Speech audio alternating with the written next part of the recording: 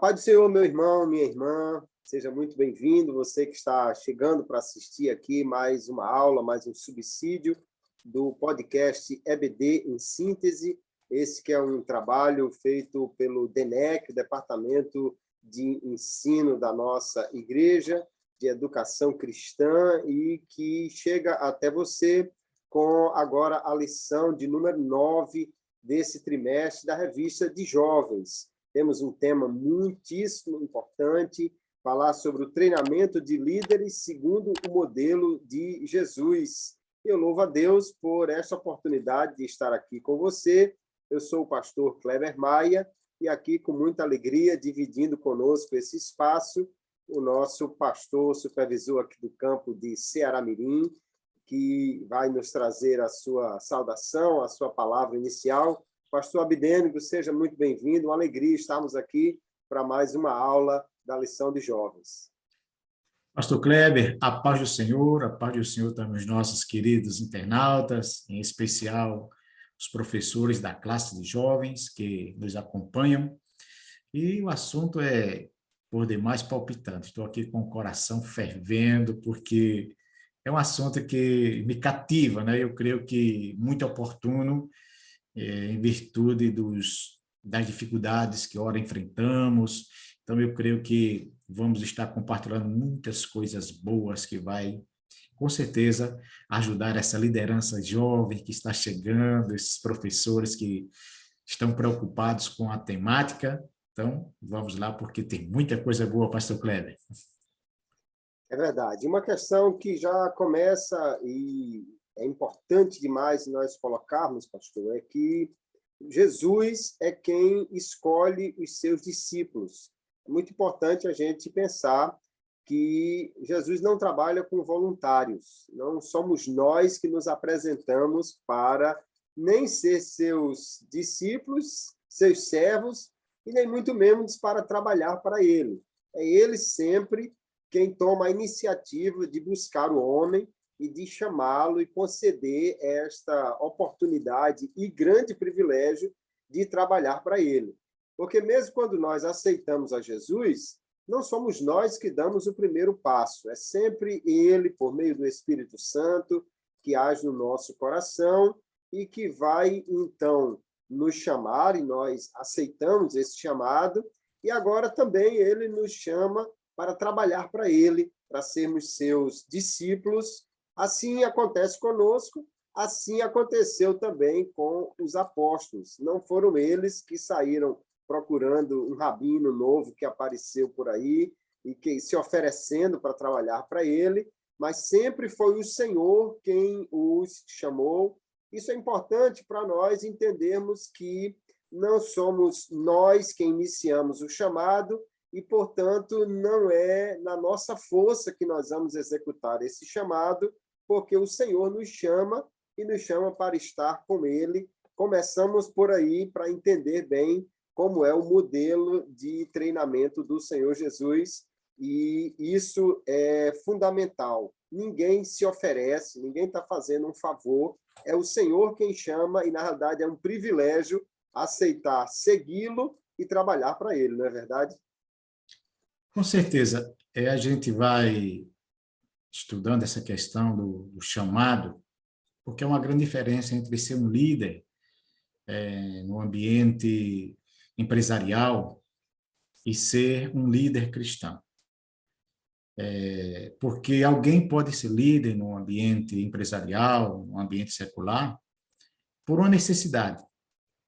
E, muitas vezes, seguindo também uma orientação familiar. Então, o pai é um empresário, a mãe é empresária, e por uma questão de sobrevivência, de dar continuidade ao processo, então, muitas vezes, os filhos, genros, netos, acabam abraçando aquela profissão, aquela área, por uma questão de necessidade. Mas, no que diz respeito à questão espiritual, ela difere bastante do que seria profissão e vocação, porque a profissão pode ser por uma necessidade, alguém te indicou, o pai acabou contribuindo para que isso se consolidasse.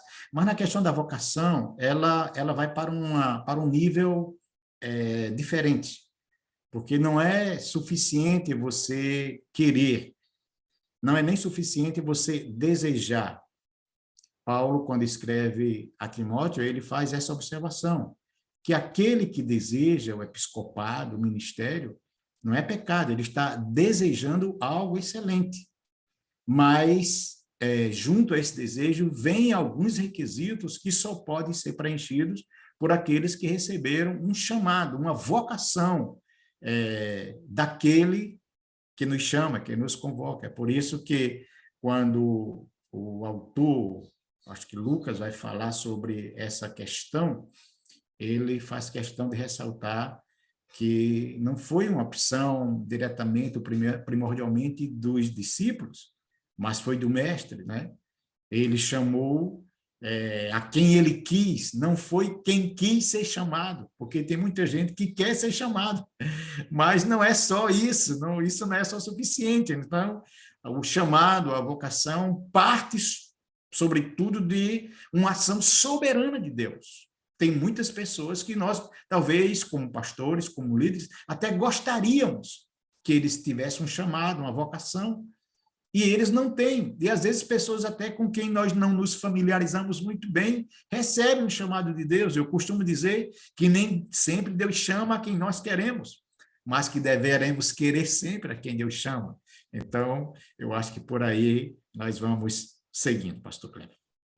É verdade.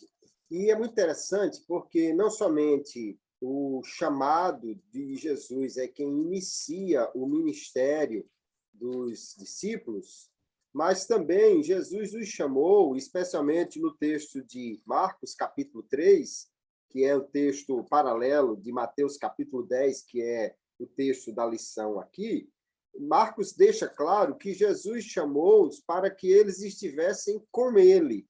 Porque antes que eles fossem enviados, antes que os discípulos pudessem trabalhar, fazer alguma coisa para Jesus, eles deveriam estar com Jesus. Eles deveriam, portanto, ter um relacionamento pessoal com o Mestre, para que, a partir desse relacionamento, eles conhecessem o Senhor, tivessem a direção para o seu chamado e recebessem poder para poder realizar a sua obra.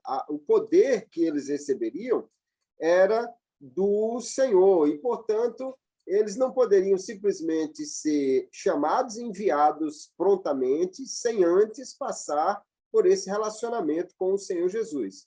Ainda hoje, essa é uma questão muitíssimo importante, que todo líder, e os líderes de jovens não é diferente, desde o líder de jovem até o pastor sênior da igreja, todos precisamos entender que, antes de fazer alguma coisa para Jesus, nós precisamos estar com Jesus, ter tempo para estar com ele. Para os discípulos, isso era algo do acompanhar o mestre na caminhada. Para nós, isso é algo que diz respeito a reservar tempo para estar com Jesus, na oração, no jejum, na palavra.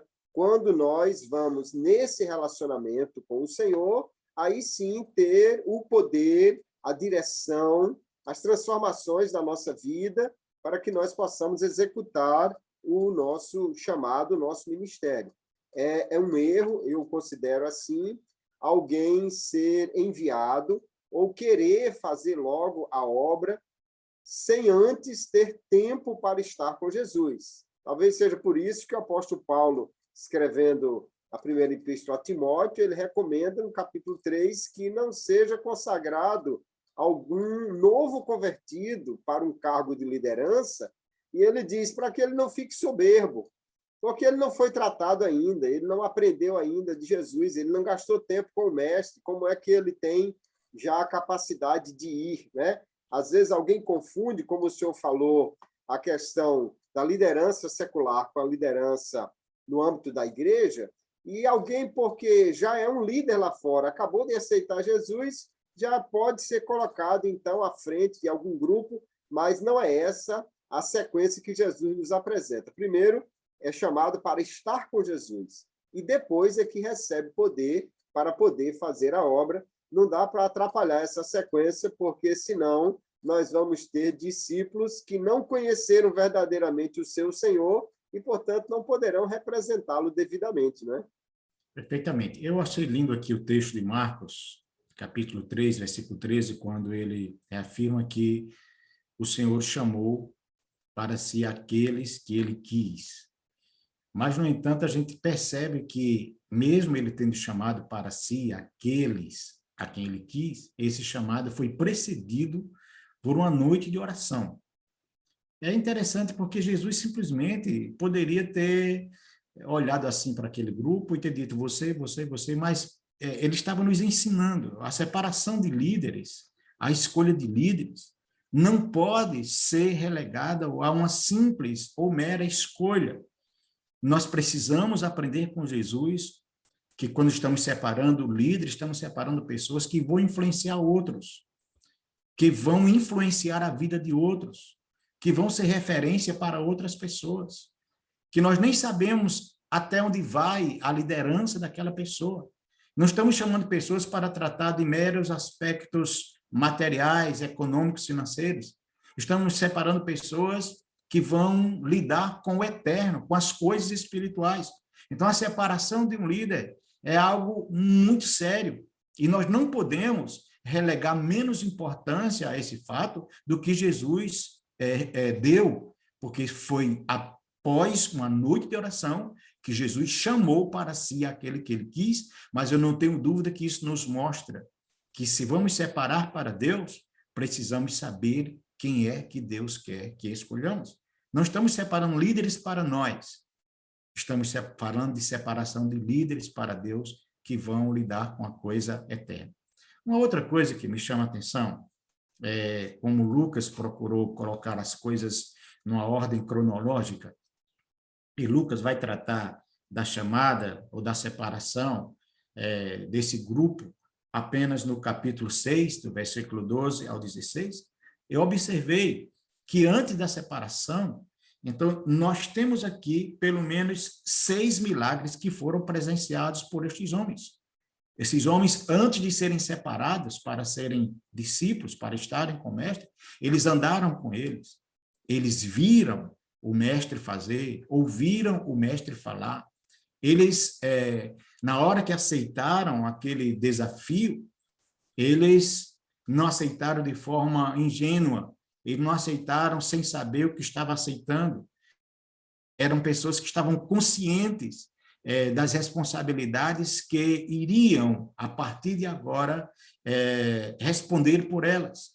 E aí nós vemos, dentro desse aspecto que estamos abordando, que é o treinamento de líderes segundo o modelo de Jesus, e esse treinamento ele deve começar desde a escolha.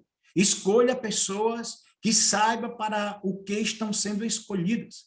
Escolha pessoas que conheçam aquele que o está escolhendo. Escolha pessoas que tenham maturidade para entender que isso não é uma aventura, é um processo, é uma batalha.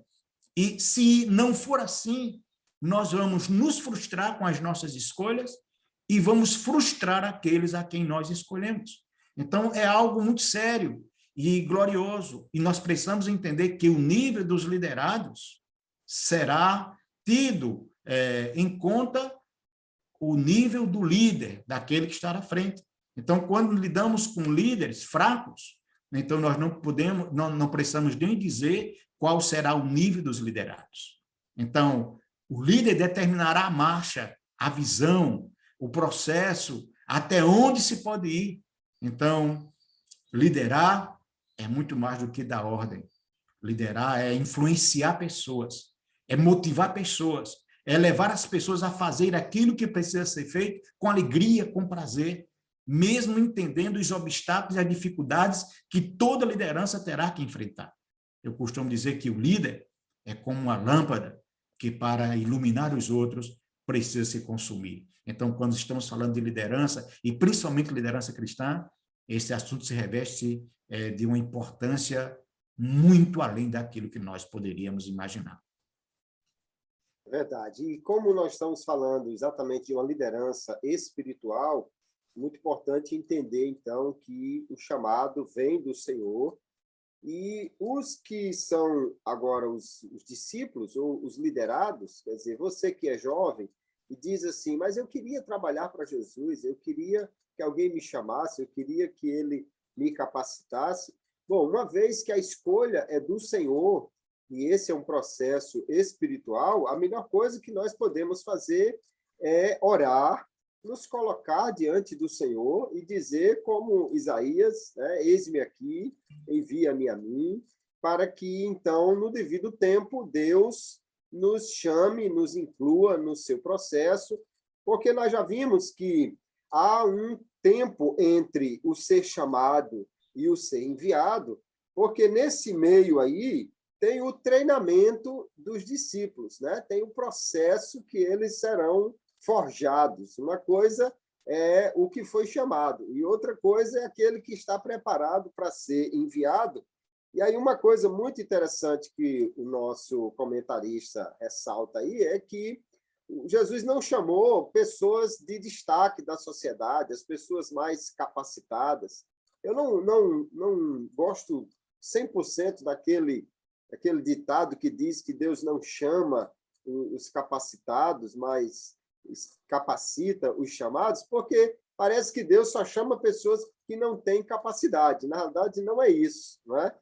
Deus chamou muitas pessoas capacitadas, como o apóstolo Paulo, e muitos dos apóstolos aqui tinham suas qualidades. Mas o que destaca o escritor é eles não tinham uma relevância social naquela cultura. Jesus chamou pessoas aparentemente desprezadas, inclusive parece que escolheu de propósito a maioria da Galileia, que era um lugar tido como um lugar ruim, né? de que não tinha grandes lideranças santificadas, como em Jerusalém. Isso eu creio que aconteceu, pastor, e é importante nós destacarmos que o Senhor é quem faz essa escolha, e como ele escolhe a quem ele quer, e muitas vezes escolhe aqueles que os homens não escolheriam, isso deve ressaltar sempre a dependência que nós temos dele. Não fomos chamados porque somos os melhores, mas fomos chamados porque ele quer nos usar, e assim não é na nossa força que vamos desenvolver, mas o treinamento dos discípulos depende essencialmente daquilo que o mestre está disposto a fazer por eles, neles, e capacitá-los para ser enviado. Nós não fomos enviados para trabalhar na nossa força, né? Eu concordo com a expressão que eu vi certo dia, que o Senhor chama quem Ele quer, mas não chama qualquer um. Então, existem aspectos nas pessoas a quem Deus chamou, a quem Deus vocacionou, que são bastante distintos, né? Existem alguns aspectos que foram aproveitados, e a gente vai voltar a falar disso mais à frente, com mais tranquilidade, mas existem alguns aspectos que parece-me que você traz, quando desde o momento que você é formado, você traz no seu genes aquelas características. E essas características, elas são moldadas pelo Senhor e são usadas no chamado que Deus faz para aquelas pessoas. É inegável que alguns aspectos do caráter, do temperamento do apóstolo Paulo, eles perduraram durante toda a sua vida, foram moldados. Alguns aspectos do caráter ou do temperamento de Pedro perduraram durante todo o seu chamado, foram moldados. Alguns aspectos digamos assim, do caráter de Abraão, do temperamento de Abraão, eles foram preservados, porque Deus vai aproveitar essas particularidades que temos, que nascemos com ela, e quando você estuda sobre temperamento, a gente descobre que temperamentos não se muda, temperamento se controla, o que muda é caráter, porque caráter é a junção de tudo aquilo que você absorve na sua convivência, e isso é moldável, né? Dependendo do ambiente, com as pessoas com quem você convive, o nível de aprendizado que você vai tendo, isso vai contribuindo para mudar o seu caráter. Agora, temperamentos não. Então, algumas dessas características elas vão ser preservadas durante toda a nossa vida e vão ser tratadas e moldadas para que possam ser potencializadas e usadas por Deus. É tanto que você vai ver, dentre as pessoas que foram chamadas, pessoas com os mais variados níveis de temperamento. Tem pessoas que você vai encontrar, vai folhear de Bíblia, de Gênesis a Apocalipse, você não vai encontrar uma frase que ele deixou. Nós sabemos que Mateus escreveu o evangelho que leva o seu nome. Mas você não encontra uma frase em todo o evangelho de Mateus escrita por ele, mas deixa um grande legado. Você vai observar a vida de João, o apóstolo, você não vai encontrar um milagre que foi feito por João. Quando acontece o milagre, é que ele está em parceria ali com Pedro, mas tem um aspecto da sua liderança que é notório, mas é assunto para a gente conversar mais à frente, em nome de Jesus, porque a gente vai falar um pouquinho sobre essa questão. Chamado é diferente de treinamento, né? Chamado é uma coisa, é o primeiro passo, digamos, é o primeiro batente, é o primeiro degrau, é o primeiro estágio, mas não é tudo. O fato de ser chamado é algo extraordinário, porque é o princípio de tudo. Mas todo chamado, ele vai ter que passar por um período de treinamento. E é sobre isso que nós vamos falar um pouquinho agora. E esse treinamento é muito importante, desde já destacar dois elementos que são muito importantes, estão presentes em todo treinamento. Primeiro é o tempo, né? Não existe nenhum treinamento que você aperta um botão e está pronto, né?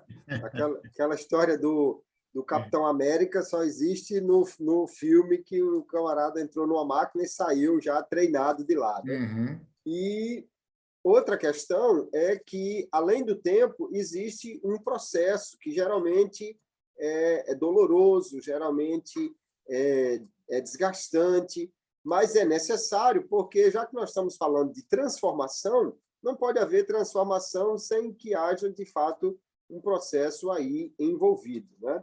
O que chama muito a atenção do treinamento dos 12, e que é o modelo que Jesus deixa para nós, é que esse treinamento ele envolve um relacionamento direto com Jesus, né? O que nós hoje, às vezes, não fazemos tão bem, e eu destaco e recomendo para os nossos professores aí esse livro Formador de Heróis, que é extraordinário. Ele destaca uma coisa: Jesus gastou 73% do seu tempo com os discípulos, com os que ele ia treinar, e somente, então, 27% com a multidão. Hoje a gente gasta muito mais tempo com a igreja como multidão e menos tempo com os líderes que nós iremos formar, né? Os discípulos que iremos treinar. Mas Jesus gastou tempo com eles, ele se deu a eles e agora envolveu-os num processo que foi moldando a vida deles. Muita gente quer ter o resultado, mas não quer ter o que o treinamento exige. No entanto, não dá para fazer discípulos preparados, assim, a toque de caixa, no botão automático, no carbureto, como queira ser esse processo tão rápido. É preciso passar pelo processo de treinamento. Quem não estiver disposto a isso, não entendeu o que é, de fato, ser um discípulo de Jesus, né? Pastor Kleber, isso aí é fenomenal. Inclusive, eu me uno com o senhor também nessa questão. Esse livro é fabuloso. O senhor havia falado dele para mim e é fabuloso. Eu acho que todo líder que está formando a informação deveria ler este livro, porque vai contribuir muito para ampliar sua visão sobre a importância tanto daqueles que são chamados para serem líderes, quanto daqueles que estão em processo de formação para liderar. É fabuloso. Agora, e uma coisa que, se nós, humanamente, pudéssemos muitas vezes evitar, nós evitaríamos, que é essa questão da preparação. Às vezes somos tomados pela emoção, pela ansiedade, escutamos as promessas e a gente já gostaria de pular da promessa para a realização. Mas a gente vai observar que há um processo no meio, há uma etapa no meio que é inevitável, né?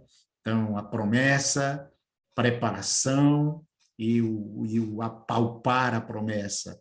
E na questão da formação do líder, esse tempo de preparação vai ser crucial, porque ele vai definir a eficácia da nossa liderança, o alcance da nossa liderança, porque quanto maior for o seu preparo, a sua preparação, maior também será o seu alcance, maior será a quantidade de ferramentas que você vai poder contar com elas. E eu lembro que existem homens na Bíblia que o tempo de preparação deles foi superior ao tempo do seu ministério propriamente dito.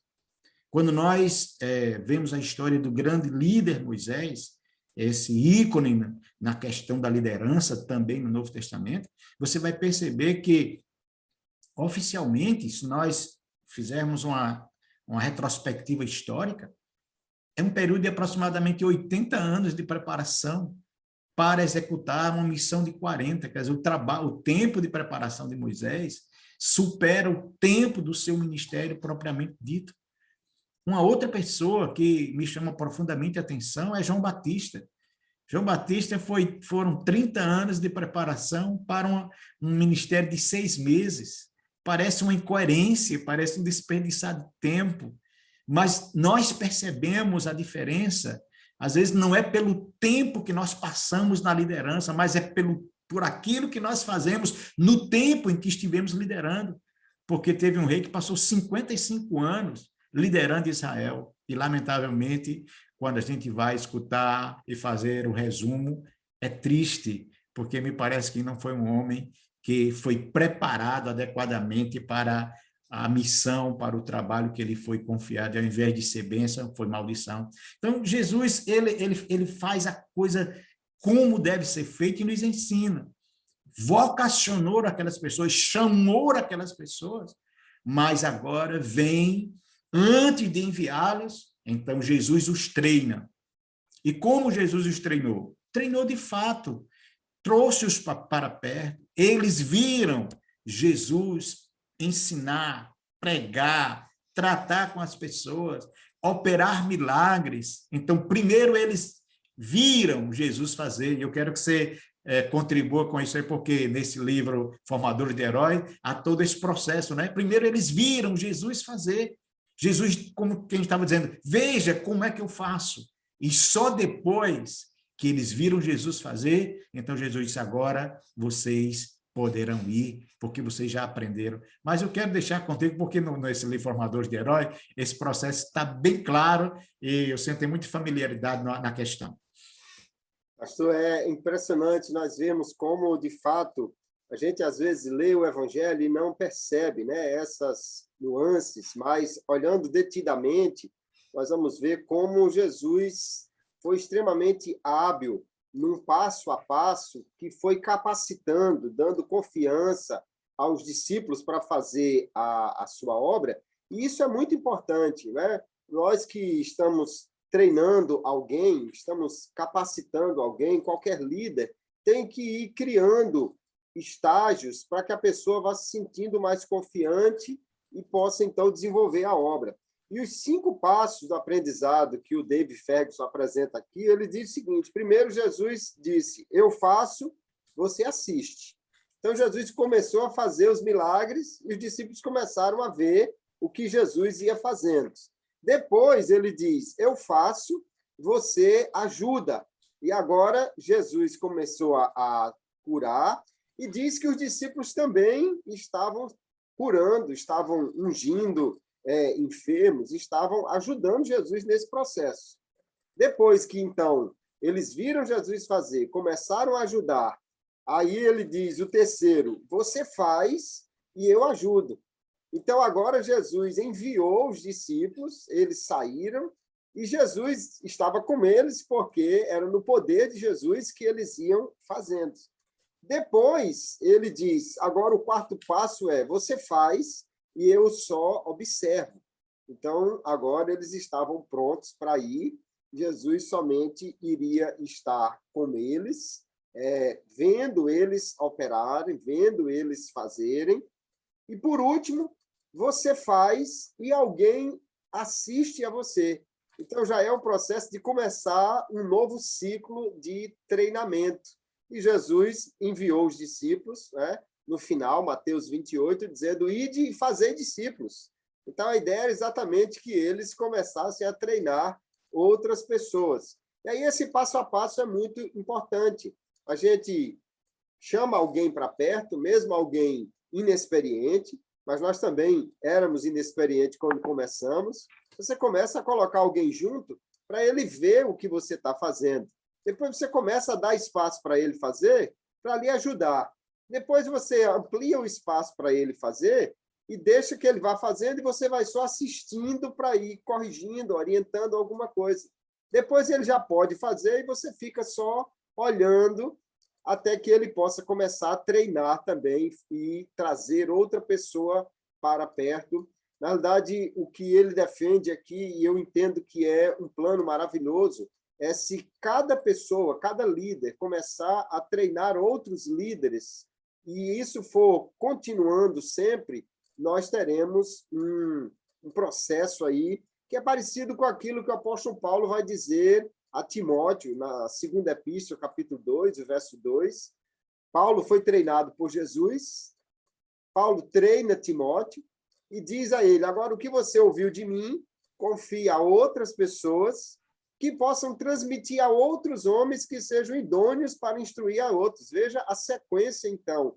Cada um vai treinando o outro, e isso é maravilhoso, certamente colocado em prática vai fazer surgir novas gerações de líderes, como nós precisamos disso, não é verdade? Sem dúvida. Aí nós vemos, eu estava lembrando desse texto de Paulo a Timóteo, lembrando justamente essa visão de líder. Paulo foi formado, foi discipulado, primeira geração. Paulo forma Timóteo, segunda geração. Paulo instrui a Timóteo para que Timóteo instrua a outras pessoas, terceira geração. E as outras pessoas que vão ser instruídas, quarta geração. Quer dizer, esse trabalho de formação, e há um dado bem interessante quando você pode pesquisar isso, inclusive na internet, você vai ver a diferença entre ganhar e discipular. Esse é um dado, assim, alarmante, é uma coisa tremenda a diferença, porque, a princípio, quando você começa, a pessoa pode ganhar uma alma todos os dias. Então, no final do ano, ele ganhou 365. E a pessoa que escolhe discipular uma pessoa durante um ano. Então, a princípio, quem está apenas ganhando, no aspecto numérico, ele vai e você fica impressionado. Mas quando você começa a ver, a partir do 10º ano, porque o discipulado, como o senhor bem falou, não tem nada com fast food, né? Não tem nada com automático. O discipulado é um processo, às vezes doloroso, paciente, mas o glorioso é o resultado, porque o líder acaba, muitas vezes, numa visão humana, se perpetuando, se multiplicando na vida dos seus liderados. E a gente, às vezes, com esse corre-corre do dia a dia, essa geração do estresse, nós temos negligenciado muito essa questão da formação do discipulado, porque ninguém forma outro pela internet, ninguém forma outro por telefone. O discipulado exige o contato, o discipulado exige o dia a dia, o estar com a pessoa, porque se não for assim, por que Jesus teria gastado 73% do seu tempo com 12 homens, mesmo sabendo que um deles nem iria corresponder com os resultados esperados? Mas o problema é que a gente vê que esses 12 homens, eles se multiplicam. E Jesus sabia que, no âmbito, digamos assim, numa avaliação humana, o sucesso da sua missão, a continuidade do sucesso da sua missão, dependeria muito dos seus discípulos, porque ele iria, e eles é que iriam dar continuidade. Então, sucesso, a gente tem lido isso, falado, sucesso sem sucessor é igual a fracasso. E Jesus nos dá um exemplo de como os discípulos, bem treinados, bem capacitados, podem nos surpreender. E o próprio Jesus já havia advertido ou orientado eles, vocês irão fazer coisas maiores do que aquelas que eu fiz. E uma outra coisa que eu quero abrir parênteses por aqui, nada de ciúme, nada de estar preocupado se um discípulo seu, alguém que você está discipulando, está crescendo. Deixe que ele cresça, deixe que ele vá avante. Não tem que colocar o pé em cima, não tem que colocar obstáculo. Temos que nos alegrar. Eu acho que a alegria de um discipulador é ver que seu discípulo o superou, foi mais além do que ele conseguiu ir. E isso é glorioso. Isso não enciumava Jesus quando ele disse, vocês vão fazer coisas maiores do que aquelas que eu fiz. Eu vou me alegrar disso. Isso é extremamente gratificante quando você vê que alguém que você instruiu, que você orientou, conseguiu ir além daquilo que você foi. Então, o treinamento é algo extraordinário. Agora, eu gostaria de abordar ainda, pastor Kleber, dentro dessa questão aqui, desse trabalhar de Jesus, porque estamos falando de aspectos práticos, né? Mas o treinamento, ele vem revestido, não é só do ensinar a fazer, porque o fazer vai ser uma consequência. Uma coisa linda que eu vejo quando Jesus chama aqueles primeiros discípulos para o seguirem, né? Ainda que não haviam sido designados como apóstolos, esse seria um novo processo, mas a gente vê, por exemplo, após a pesca maravilhosa, depois daquele milagre extraordinário que Jesus faz, preparando já o caminho para que eles o conhecessem e os conscientizando para que e para o que Jesus os queria, eu acho lindo porque quando Jesus se dirige a Pedro, depois daquela pesca maravilhosa, Jesus disse para eles, olha, de agora em diante, você não será mais pescador de peixe, mas pescador de homens. E eu vejo uma coisa aí que é fundamental no chamado de qualquer pessoa, no discipulado, é a ampliação da visão. Você é levado por Deus para um processo de ampliar a sua visão, porque até então, todo o projeto pessoal de Pedro girava em torno de pescaria de peixes no mar da Galileia. Então, a vida de Pedro, os sonhos de Pedro, as aspirações de Pedro, elas gravitavam apenas em torno daquele lago, com 24 quilômetros de extensão, 12 metros de largura. E toda a sua vida gravitava em torno de Cafarnaum, daquelas cercanias por ali. Mas veja o que o chamado de Deus faz na vida de um homem e aonde o discipulado poderá levar. Porque Jesus disse para ele, a partir de agora, a partir de hoje, você vai ser pescador de homens. Então, em outras palavras, o seu universo será ampliado. A sua visão, ela vai ganhar proporções que você nem imagina. Eu estou lhe tirando de um projeto pessoal pequeno, por mais que você pense que ele é grande, para um projeto que você ainda nem compreendeu a magnitude que ele tem. Porque se um líder não consegue fazer isso na visão do seu liderado, ele simplesmente não conseguiu fazer nada. Porque um liderado, dentro dessa visão do evangelho, ele precisa ter uma visão ampla, e ninguém consegue ir além da visão que tem. Por isso que quando Deus chama, uma das primeiras coisas que Deus trabalha na vida do homem é na questão da ampliação da sua visão. Quando Deus chamou Abraão, ainda Abraão, uma das primeiras coisas que Deus trabalhou nele foi a visão. Eu quero dizer para você, Abraão, fazer aqui 7 promessas, todas elas dependiam naturalmente do prosseguir do crer. Mas se veja de onde Deus tirou e para onde Deus estava apontando que ele poderia chegar. Um homem que nem filhos tinha, mas Deus estava dizendo, veja-se como pai de uma multidão. Então, quando você tem sua visão ampliada, então você ganha o quê? Você ganha incentivo para se submeter ao processo de aprendizagem, que não vai ser fácil, porque você vai saber que para chegar aonde Deus quer que você chegue, você vai precisar desse treinamento. E Jesus os preparou na questão do fazer, Jesus os preparou na questão de ampliar a visão deles. Desse processo de treinamento foi trabalhada a questão do caráter, porque havia muita deformação no caráter daquelas pessoas. Foi trabalhada a questão da fé, que é um aspecto fundamental e que não podemos abrir mão dele.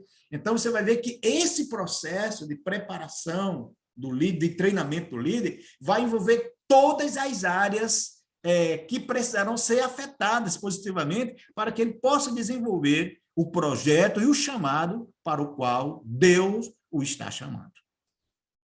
É verdade. Eu acho maravilhoso esse texto da pesca milagrosa, né? Lucas capítulo 5, a chamada dos discípulos de Pedro e os outros para deixar de ser pescador de peixe para ser pescador de gente, de homens, porque o Senhor levou-os para pescar fora do horário, levou-os para pescar fora do lugar adequado, né? No Mar da Galileia, naquela época especialmente, se pescava junto à margem, porque o lago é muito fundo no seu centro, e Jesus, então, estava levando eles para o lugar errado, na hora errada, mas deu tudo certo, e era exatamente para eles entenderem. Se você não sabia como pescar peixe de dia, e nem muito menos no meio do lago, mas estando com Jesus e obedecendo a ele, deu certo, você disser assim, eu não sei como pescar homens. Não, mas o processo é o mesmo, é só obedecer Jesus, mesmo que pareça que você não tem habilidades para aquilo, Jesus é quem capacita, quem chama, e esse é um processo que nós precisamos sempre entender. O Senhor nos leva a depender dele, né? Eu gosto de uma frase aqui do David Ferguson, que ele diz assim, se você tem um sonho e você não depende de Deus para cumpri-lo, você precisa de um sonho maior, porque o sonho que você pode fazer com a sua própria força, esse é um sonho pequeno, né? Nós precisamos de algo realmente, ou seja, entender que a visão do que Deus quer para nós é algo que nós dependemos estritamente do seu poder, da sua graça, da sua força para executarmos. Isso ficou claro para os apóstolos naquele dia na pesca milagrosa, quando Jesus os chamou, fazendo um milagre para mostrar que ele podia trazer resultado mesmo numa situação aparentemente completamente improvável. E outra questão importante que a nossa lição destaca aqui é que Jesus ele foi sempre um modelo para os discípulos. Ele nunca disse, faça o que eu digo, mas não faça o que eu faço, né? Os fariseus eram esses que gostavam de mandar fazer, mas eles mesmos não faziam, como Jesus vai denunciar lá em Mateus 23.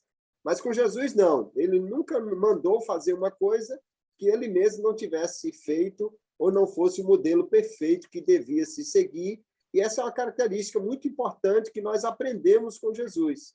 Sermos modelos, sermos alguém que os outros possam enxergar em nós essa graça de Deus, esse chamado em obediência, porque, do contrário, como podemos ser um líder se as pessoas não podem copiar aquilo que nós fazemos? Jesus é modelo ideal para nós nisso também, né?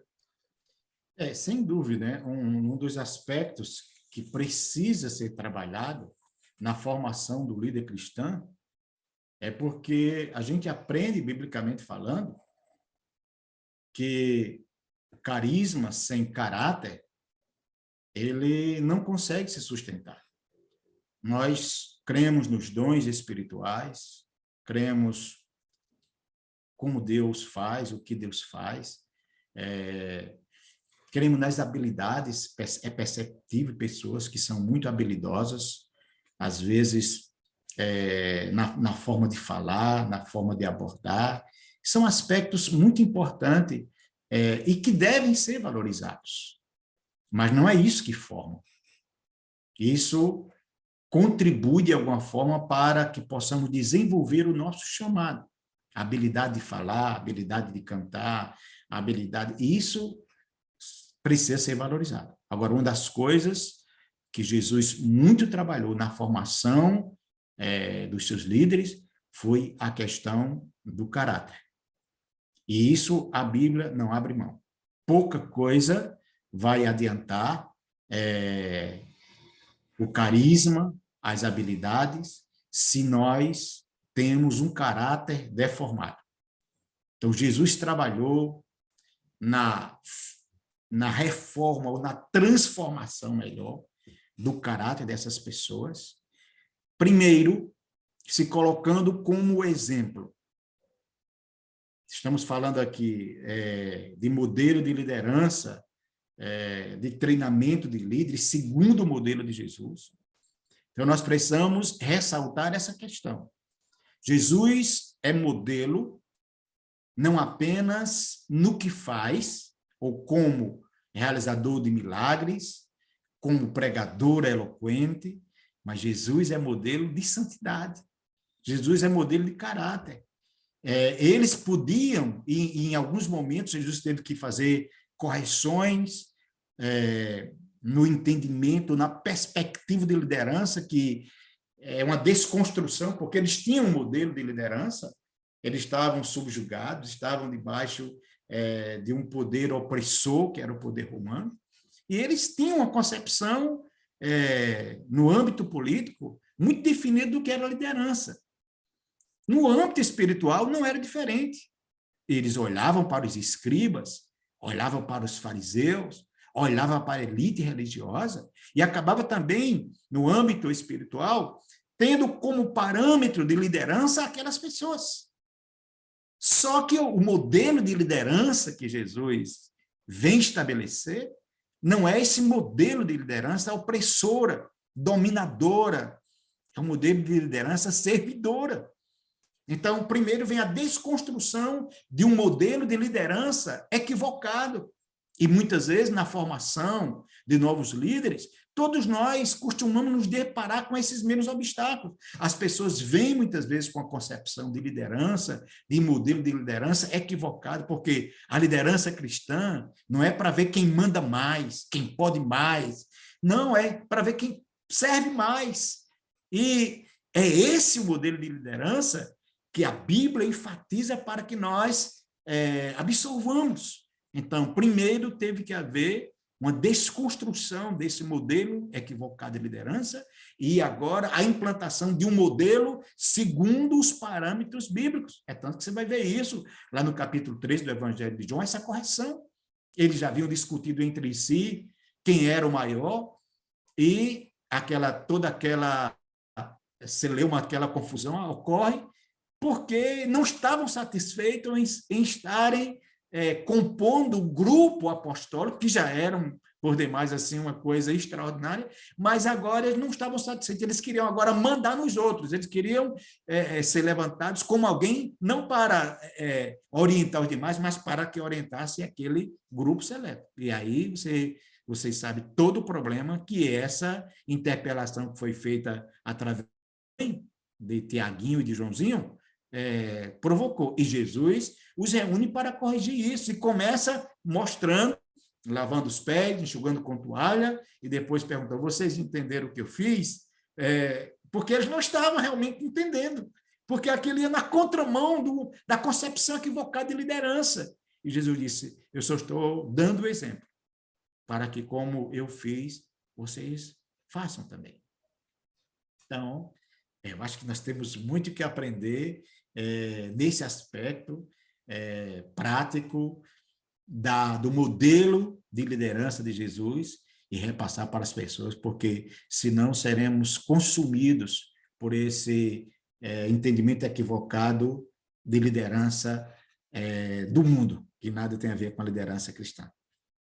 É verdade. E uma última característica, que o tempo já está chegando no final da nossa aula, mas uma característica importantíssima a ser destacada é que cada liderança deve sempre buscar ter essa característica de ser formadora de novos líderes, de novas pessoas. Jesus dedicou-se aos apóstolos, como o senhor já citou muito bem, João 14, verso 12, ele diz, vocês farão obras maiores do que estas. Jesus não estava fazendo ali uma formação de um grupo somente para auxiliá-lo, mas alguém queria substituí-lo, ou seja, dar continuidade à obra que ele começou. Eles não ficariam sozinhos, só poderiam fazer esta obra pelo poder do Espírito Santo, mas é verdade que o Senhor os capacitou para que eles fossem em lugares onde ele nunca foi, fizessem coisas que ele até não fez, e essa é uma questão importante.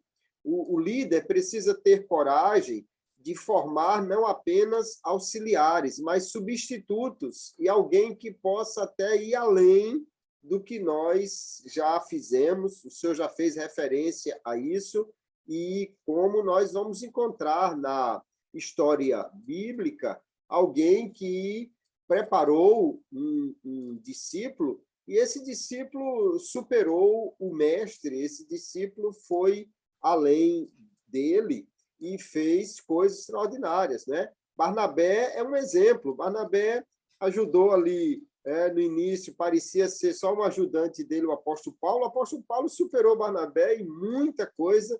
Isso não diminuiu em nada Barnabé, pelo contrário, aumenta a nossa atenção e a valorização dessa pessoa. E Jesus também trabalhou nos discípulos para que eles fossem além. Cada líder deve ter esse cuidado, não ficar enciumado porque o liderado está crescendo, porque o liderado fez mais, porque se ele está fazendo mais, então significa que você, como líder, cumpriu o seu papel muito bem e ele está podendo dar continuidade à obra. Se todos pensarmos que a próxima geração deve ser preparada para ser melhor do que a nossa, então a igreja vai somente crescer com isso, e eu creio, tenho plena certeza que essa é a vontade de Deus para nós e para a sua igreja, não é? É verdade. Eu estava aqui analisando, nós precisamos ter essa ideia de que o nosso ministério, que a nossa liderança, ela não é eterna, ela é temporal. Por mais brilhante que ela possa ser, nós temos um tempo para exercer a nossa liderança. E nesse tempo que nos é dado, que nós temos a responsabilidade de influenciar, de dirigir, de organizar, controlar esses aspectos da administração, nós não podemos também esquecer de preparar aqueles que irão nos suceder. Eu acho lindo, porque nesse aspecto eu vejo um outro exemplo extraordinário, que é o exemplo de Moisés. Moisés sabia que, apesar de toda graça, conhecimento, capacidade, relacionamento com Deus, ele sabia que o seu ministério era temporal. E a tempo ele toma Josué e o coloca ao seu lado.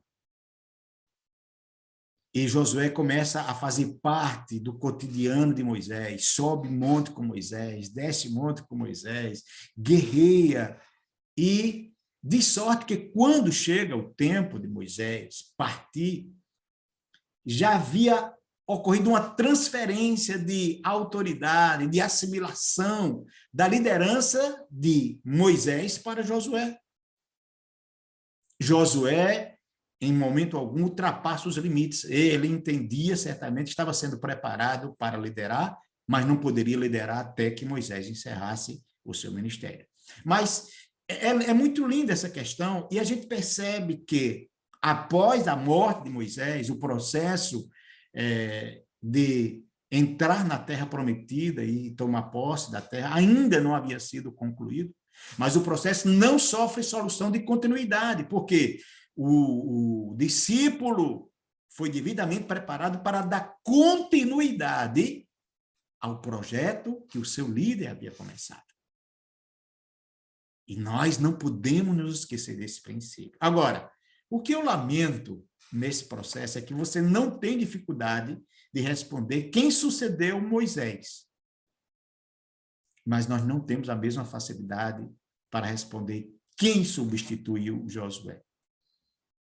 Me dar a entender que não houve, assim, um cuidado de Josué, como houve de Moisés, para preparar alguém que pudesse dar prosseguimento àquela liderança. E quando não há líder, então nós vemos claramente o que acontece quando lemos o livro de Juízes.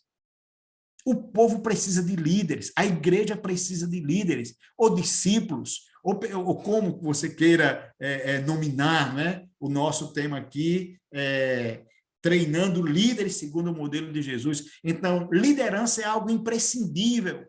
Não importa quão grande seja a instituição, não importa quão grande seja o grupo de pessoas, se falta líder, o povo se dispersa, a instituição fracassa. Então, nós precisamos de líderes. Trabalhar na formação de líder é algo crucial que não pode ser relegado a um segundo plano. E líderes não pode ser fruto do acaso. Alguém apareceu. Não, nós precisamos nos preocupar. Há uma grande diferença entre uma árvore que nasceu e uma árvore que foi plantada. Salmo 1 não fala simplesmente de uma árvore que nasceu. Fala de uma árvore que foi plantada junto aos ribeiros. Se foi plantada, ela foi regada, ela foi cuidada, havia expectativa, foi colocada no local correto. A liderança não pode ser diferente. E talvez por não ter tido o mesmo cuidado que Moisés teve. Então, após a morte de Josué, o povo enfrenta um dos períodos mais críticos, mais negros da história de Israel. E qual era o grande problema? Era Deus? Não. Era falta de território? Não. Era porque não havia mais tribos? Não. Qual era o grande problema? Líderes. Então, nós temos uma grande responsabilidade de, como líderes hoje, nos preocupar em formar os líderes que virão logo a nossa passagem, que vai ser muito rápida. O tempo passa muito rápido. Então, que possamos treinar líderes segundo o modelo de Jesus. O assunto é inesgotável, é palpitante, mas fica aí a nossa singela contribuição, né, pastor Kleber? Para essa turma jovem que está chegando aí, que possam fazer melhor do que nós fizemos ou estamos fazendo. É verdade. Eu vi recentemente um pequeno documentário, talvez os professores até encontrem esse documentário e possam passar para os seus alunos, seja na sala de aula ou no grupo do WhatsApp, a história de um leão na África. É comum 2 leões adultos se unirem para conquistarem um bando. E assim aconteceu, sendo que um deles acabou sendo vencido por outros leões, mas em vez de se isolar, de ir embora, ele reuniu 5 filhotes já de 1 ano de idade que ele tinha, levou-os para um lugar isolado e treinou esses 5 filhotes.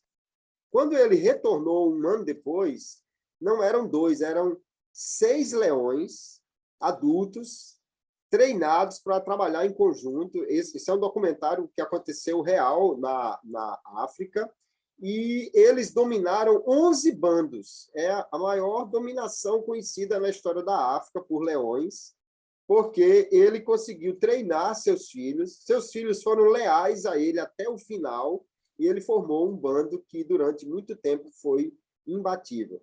Isso mostra que quando nós nos preocupamos em formar outras pessoas, nós temos um crescimento muito maior do que poderíamos fazer sozinhos. Jesus deixou isso bem claro. Ele poderia ter saído pregando e fazendo milagres e ganhado muita gente para Jesus. Ele preferiu gastar tempo formando seus discípulos e deixando esse modelo maravilhoso para nós. Mas aqui chegamos ao final da nossa aula desse subsídio, pastor. Agora abriu espaço aí para a sua palavra final, para nós podermos encerrar este bate-papo tão gostoso sobre um tema tão importante, e eu tenho certeza que vai trazer edificação também para os professores que estão nos ouvindo. Pastor Cleber, primeiro, agradecer a Deus por este momento, pela oportunidade de estarmos aqui.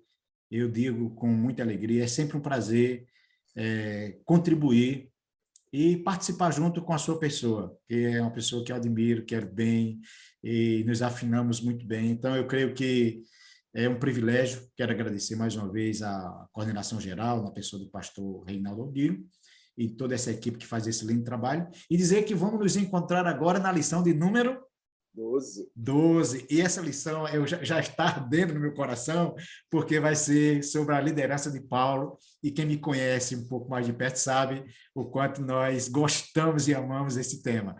E eu creio que vamos ter uma surpresa muito boa nessa lição, pastor. Então, um grande abraço e até lá, em nome de Jesus.